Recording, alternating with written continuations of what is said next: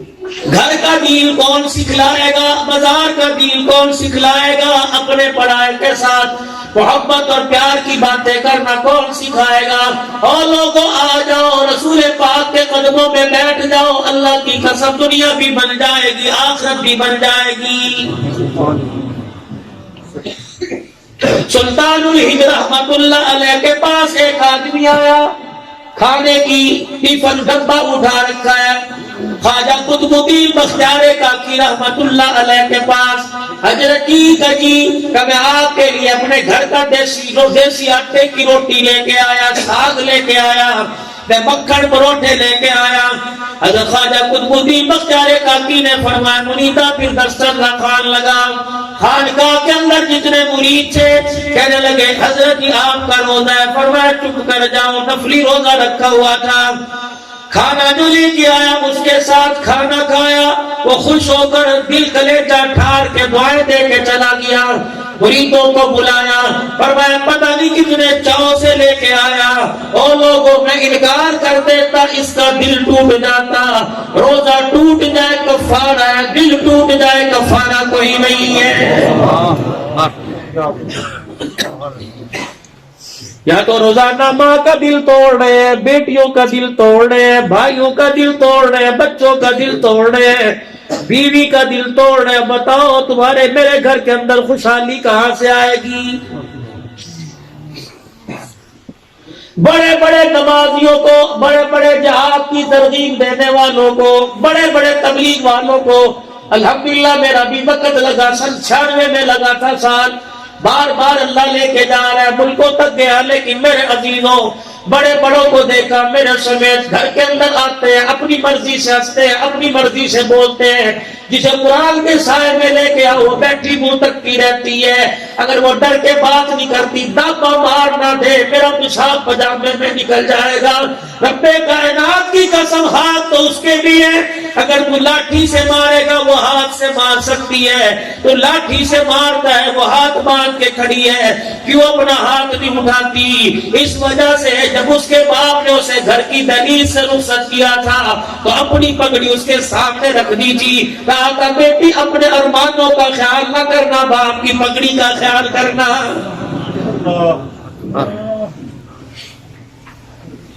یہ کیسی نوکرانی ہے جو صبح سے لے کر شام تک تیری نوکری کرتی رہتی ہے، کبھی اوور ٹائم کے پیسے نہیں مانگے، کبھی مہینے کے بعد تنخواہ نہیں مانگی۔ جب سے باپ کے گھر سے آئی سارے ارمان باپ کی ڈیوڑی میں دفن کر کے آ گئی۔ اب انسان نہیں وہ عورت نہیں، مٹی کا بت ہے۔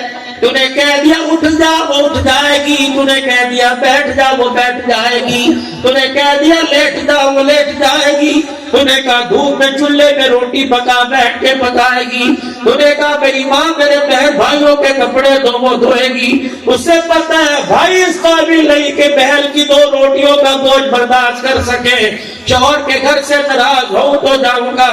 بس خدائے پاک کی قسم اپنے گھر کی طرف یوں کر کے دیکھتی ہے اور جا کے کہتی ہوا میرا پیغام میرے ماں باپ کو پہنچا دینا، تم تو بڑے سمجھدار ہوا کرتے تھے، بیٹی کے معاملے میں تم نے بغیر سوچے فیصلہ کر دیا۔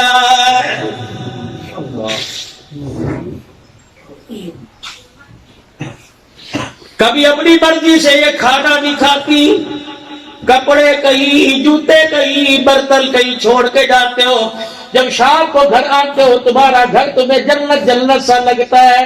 کون سی نوکرانی کرتے ہو، کون سی نوکرانی کرتے ہو کرتی ہے جسے تم اپنی پاؤں کی جوتی کہتے ہو۔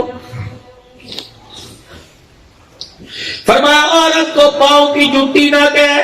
اللہ اکبر۔ رابعہ بصریہ بڑی اللہ والی گزری، حضرت حسن بصری رحمت اللہ علیہ نے حضرت رابعہ کو دیکھا مصلی پہ بیٹھ کے اللہ اللہ کر رہی ہے، فرمایا رابعہ عبادت اتنی کر لے، مردوں کی شان کو نہیں پہنچ سکتی۔ بادشاہ مردوں کے حصے میں آئی، تاج نبوت مردوں کے حصے میں آیا۔ بی بی رابعہ نے حسن بصری کی طرف دیکھا، کہا ٹھیک ہے نبوت مردوں کے حصے میں آئی، عورت نبی تو نہیں بن سکتی لیکن نبیوں کی ماں تو ضرور بن سکتی ہے۔ بیٹا ماں آج رہو، بیٹا اسماعیل آتا ہے اور ماں آمنہ بن جائے گود میں محمد الرسول اللہ۔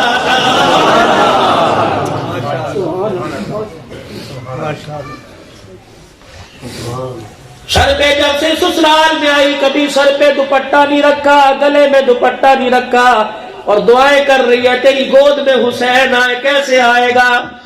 حسین تو اس کی گود میں آیا جس نے راتوں کو کھڑے ہو کر مصلی پر اللہ کو راضی کیا، جس نے مصلی پہ کھڑے ہو کے ساری رات اللہ کو راضی کیا۔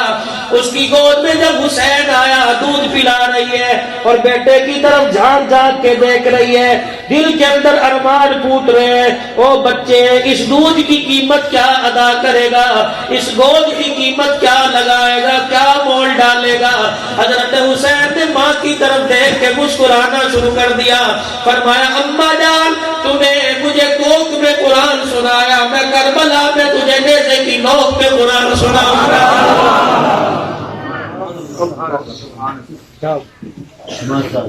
میری ماں میری بہنوں اگر میری بات سن رہی ہو، شوہر کی تنخواہ 20,000 ہے، 30,000 کا سامان ہے، دروازے پہ روک دو۔ کوئی 10,000 کا سامان کس کی گچی پہ انگوٹھا رکھ کے لے کے آیا، اسے گھر کے کچرے پہ ڈال، باہر کونے پہ ڈال دے، کچرا دان میں ڈال دے۔ میں حلال کی، میری اولاد حلال کی، میں اسے حرام نہیں کھلاؤں گی۔ ایمانداری کی بات ہے، جب گھر کے اندر حلال آ جائے گا، گانے والا جی گھر میں کھیلے گا، یا قطب الدین آئے گا، یا بختیار کاکی آئے گا۔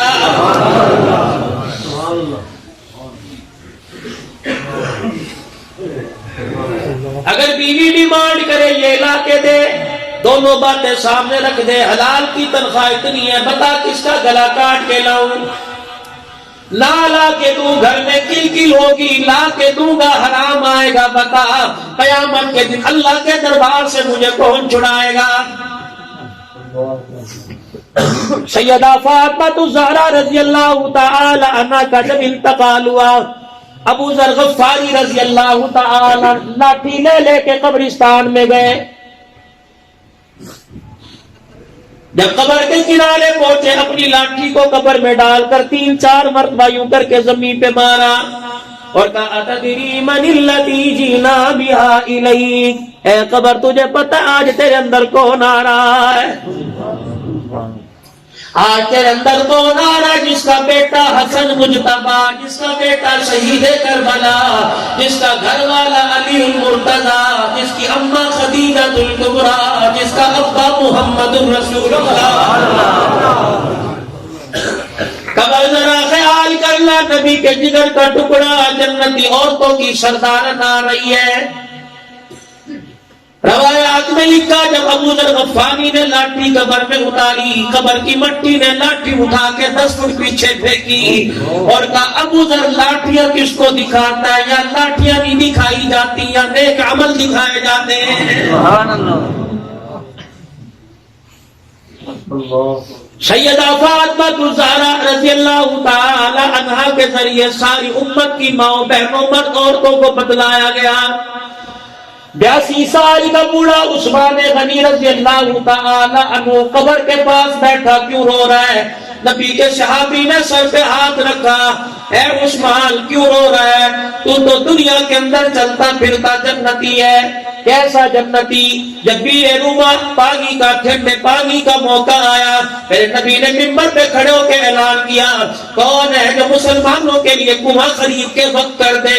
حضرت عثمان غنی رضی اللہ تعالی عنہ نے اپنی کمائی سے کنواں خرید کے مسلمانوں کو دے دیا۔ کنویں کے ارد گرد کھجوروں کے درخت 1500 کے قریب وہ بڑھ گئے۔ ہر سال اس کی آمدنی آنے لگی، مدینے کے غرباء پر تقسیم ہونے لگی۔ عثمان غنی تو قبر کے اندر جنت البقیع میں آرام کر رہے ہیں، لیکن وہ آج تک آمدنی سعودی حکومت کے پاس جمع ہو رہی ہے۔ حضرت عثمان غنی رضی اللہ تعالی عنہ کے نام کا آج بھی اکاؤنٹ میرے عزیزوں مدینے کے بینک میں کھلا ہوا ہے۔ اسی پیسے سے عثمان غنی رضی اللہ تعالی عنہ کے نام کا مدینے پاک میں فندق عثمان ہوٹل بنایا گیا۔ ہر سال 25 بلین اس کا نفع آتا ہے۔ آدھا نفع کا پیسہ مدینے کی گلیوں میں جھاڑو دینے والوں کے گیس کے بلوں میں خرچ کیا جاتا ہے، اور آدھا پیسہ آج بھی مدینے کے غرباء اور یتیم میں خرچ کیا جاتا ہے۔ اللہ نے بدلا دیا۔ 1400 سال پہلے تجارت میرے سے کر کے گیا، مجھے میری کبریائی کی قسم ہے نقصان ہوگا کی صبح تک آتا رہے گا۔ آپ حضرات کو مشورہ دے کے جاؤں، آپ کے کام آئے گا۔ او لوگوں، مجھے تمہارے گھر کا پتہ کوئی نہیں میرے بھائیوں، مجھے تمہارے بجٹ کا پتہ کوئی نہیں، میں آمدنی کا پتہ کوئی نہیں، لیکن مشورہ آپ کو دے کے جا رہا ہوں۔ اور دو چھوٹے چھوٹے ڈبے گھر کے اندر رکھ لو، پلاسٹک کے بور رکھ لو، ٹین کے ڈبے رکھ لو، مٹی کے گلے رکھ لو، ایک کے اوپر مسجد لکھ دو، ایک کے اوپر مدرسہ لکھ دو، روزانہ 10-10 روپے دونوں گلوں میں ڈالتے رہو، مہینے کے بعد پیسے اکٹھے ہو مسجد کو دے دو، اللہ اکبر، مہینے کے بعد پیسے اکٹھے ہو کسی مدرسے میں دے دو۔ مولوی صاحب تقریر سنا کہ تم نے کیا گلے رکھنے کی باتیں شروع کر دی، میں نے کہا اگلی بار سن تیرا کلیجہ ٹھرے گا۔ مولانا اگلی بار سنو، کیسے کلیجہ ٹھرے گا؟ میں نے کہا جو مسجد کا گلہ ہے، اللہ اکبر، وہ مسجد کے اندر جمع کرایا، تجھے 2 دعوتیں کرنے کا ثواب مل جائے گا، مسجد کے کار خیر میں حصہ ڈالے گا، اللہ کے بندے آ کے نمازیں پڑھیں گے، مسجد کے بجلی کے بل ادا ہوں گے، پانی کے بل ادا ہوں گے، بجلی کا کام ہوگا، دیکھ بھال ہوگی۔ اللہ اکبر، جو اللہ کے نام پہ پیسہ دے گا، اللہ کی دعوت کرنے کا ثواب مل جائے گا۔ جب مدرسے کے طالب علموں کو پیسہ دے گا، محمد الرسول اللہ کی دعوت کرنے کا ثواب مل جائے گا۔ ایک اللہ والے کو حضور پاک صلی اللہ تعالیٰ علیہ وسلم کی خواب میں زیارت ہوئی، آپ نے فرمایا اللہ کے بندے اللہ کی دعوتیں کرتا ہے، میری بھی دعوت کر دیا کر۔ کہنے لگا کملی والے آپ کہا اور میں کہا، اللہ غنی، بات آ گئی۔ جمعۃ المبارک کے دن میں شام ایک جگہ پروگرام میں گیا، ایک عالمہ کہنے لگے حضرت صاحب میں نے بات کرنی ہے۔ میں نے کہا بہن بتا۔ کہنے لگی مولوی صاحب سامنے آ نہیں سکتی، فون نمبر دے دو۔ اسی گھر میں نے نمبر دیا، بات کرنے لگی کہ مولانا آپ مانو یا نہ مانو، اللہ کی قسم اٹھا کے کہتی ہوں، چند دن پہلے میں نے خواب میں رسول پاک صلی اللہ علیہ وسلم کی 1 گھنٹہ زیارت کی ہے۔ میں نے کہا وہ کیسے؟ کہنے لگی مولانا خواب میں حضور تشریف لائے، میں اللہ کے نبی کے پیچھے پیچھے پھرتی رہی، آپ اللہ کے نبی آگے آگے۔ میں نے کہا اللہ کے نبی مجھے آپ سے محبت ہے، آپ نے میری بات نہ سنی اور آگے چلے گئے۔ 3-4 مرتبہ میں نے کہا اللہ کے نبی آپ سے مجھے محبت ہے، حضور علیہ السلام نے میری بات نہ سنی۔ میں کیا دیکھتی ہوں، نبی کے دادا عبد المطلب سامنے آ کے کھڑے ہو گئے اور اپنے پوتے سے کہنے لگے محمد اس کی بات کیوں نہیں سنتا ہے؟ رحمت والے نبی نے رخ موڑا، بچی کہنے لگی میری طرف دیکھنا شروع کر دیا۔ میں اللہ کے نبی کے آگے یوں ہاتھ پھیلائے، دعا کر دیجئے۔ رحمت والے نبی نے دعا تو نہ کی بلکہ اپنا منہ قریب کر کے میرے ہاتھوں میں تھوک دیا۔ میں ڈر گئی، میں نے ہاتھ پیچھے کیے، وہ تھوک میری چادر پہ گر گیا۔ مولانا یہ چادر دیکھو، اللہ کی قسم میری آنکھ کھلی، چادر بھی گیلی نظر آئی، مجھے تھوک میں سے خوشبو بھی نظر آئی۔ اللہ اکبر، میرے زاہد اللہ جی صاحب بڑے بڑے اکابرین کو چادر دکھائی، کہنے لگے بیٹی چادر دھونا نہ، یہ دنیا کی خوشبو کوئی نہیں، یہ جنت کی خوشبو ہے۔ اللہ کہے تیرے میرے گھر کے اندر بھی ایسے بچے آ جائیں۔ امام شافعی رحمت اللہ علیہ نے اپنی بچی کو ایک دن دیکھا، یا تو غیروں کی نیم چھوڑتے، ناراض نہ ہونا، حالات ہی ایسے ہو گئے۔ لوگوں نے کہا تمہیں گلیوں میں جانے کی ضرورت نہیں، بازاروں میں جا کے دوسرے کی دھی بہن دیکھنے کی ضرورت نہیں، لعنت کا انڈا تمہاری جیب میں ڈال دیں گے، رات کو پیکج کرا کے ساری رات حوا کی بیٹی کو ذلیل کرتے رہنا۔ یاد رکھ، رضائی میں منہ دے کے اگر کسی کی بیٹی سے بات کرے گا، اللہ تجھے موت نہیں دے گا جب تک تیری بیٹی کے نمبر پر کسی پر دودھ کا پھول نہیں آ جائے گا۔ امام شافعی رحمت اللہ علیہ فرما گئے زنا ایک قرض ہے، آج کسی کی بیٹی سے وصول کر بدلہ تیری ماں سے لیا جائے گا۔ ڈرو ڈرو خدا کے واسطے، معاملہ بڑا نازک ہے، یقین جانو زندگی زیادہ گزر گئی، موت آنے والی ہے۔ امام شافعی رحمت اللہ علیہ کی بیٹی کے چہرے پہ نظر پڑی، یہ جڑیاں جاتے ہیں جڑیاں شریف میں، کون سو رہا ہے؟ عبد القادر رائے پوری رحمت اللہ علیہ۔ میں نے کہا اللہ والے تو بتا تو صحیح زندگی کیسے گزاری؟ فرمانے لگے باقی بات میں پوچھنا، مجمع میں بہن بیٹھی ہوتی، اللہ اکبر، مجھے پتہ ہی نہ چلتا میری بہن کون سی ہے، جب تک میری بہن آواز نہ دیتی میری بہن کی مجھے پہچان نہیں۔ میں نے کہا حضرت جی کیا بات بہن کو نہیں دیکھا؟ فرمایا پتہ نہیں سال سال گزر جایا کرتا تھا، حیا کے مارے بہن کے چہرے پر ہی نظر نہیں پڑا کرتی تھی۔ امام شافعی رحمت اللہ علیہ نے اپنی بیٹی سے پوچھا بیٹی کالے رنگ کے ہلکے آنکھوں کے نیچے کیوں پڑ گئے، کیا بات ہے؟ کہنے لگی ابا جان تو نے آج دیکھا، کہنے لگی کہنے لگے بیٹی لگتا ہے رات کو سوتی کوئی نہیں۔ ابا جان اچھا تجھے آج پتہ لگا میں رات کو سوتی نہیں، اللہ کی عزت کی قسم 20 سال ہو گئے میں نے بستر پہ لیٹ کے ہی نہیں دیکھا۔ امام شافعی رحمت اللہ علیہ نے بیٹی کو سینے سے لگایا، فرمایا بیٹی کیا بات ہے، کوئی بیماری ہے؟ کہنے لگی ابا مجھے آخرت کا مرض لگ گیا، مجھے آخرت کا درد لگ گیا۔ رات کو عشاء کی نماز کے بعد میں مصلی سے ان کے بستر پر سونے جاتی ہوں، ابا جان کمرے کا اندھیرا دیکھ کر مجھے قبر کا اندھیرا یاد آ جاتا ہے، ڈرتی ہوں یا اللہ یہ اندھیرا کیسے دور ہوگا، بستر چھوڑ کے مصلی پر آ کر اس اندھیرے کے دور کرنے کے لیے اس سے معافی مانگنے لگ جاتی ہوں۔ ابا جان پتہ ہی نہیں چلتا فجر کی اذان کس وقت ہو جاتی ہے، ابا اس اندھیرے سے معافی مانگتے مانگتے 20 سال ہو گئے تیری بچی نے بستر پہ لیٹ کے ہی نہیں دیکھا۔ ہماری اٹھتیاں کوئی نہیں، ان کی لیٹتیاں کوئی نہیں۔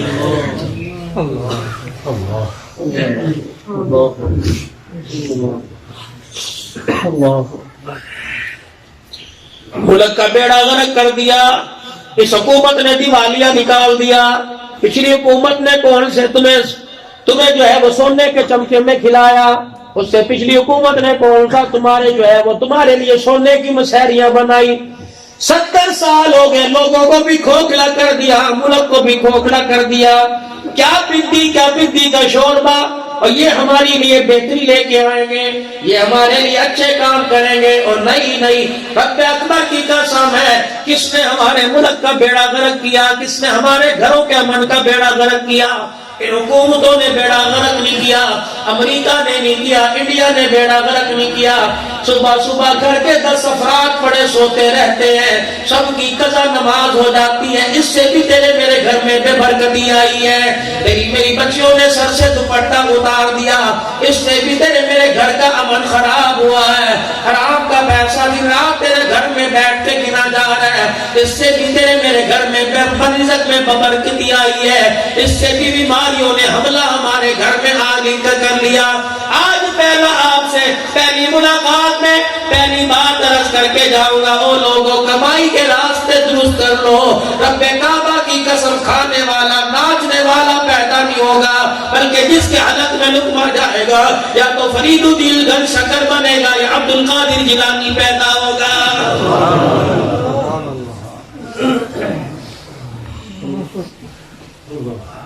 اولاد کا مستقبل سوچو، مرنے کے بعد جس نے کام آنا ہے۔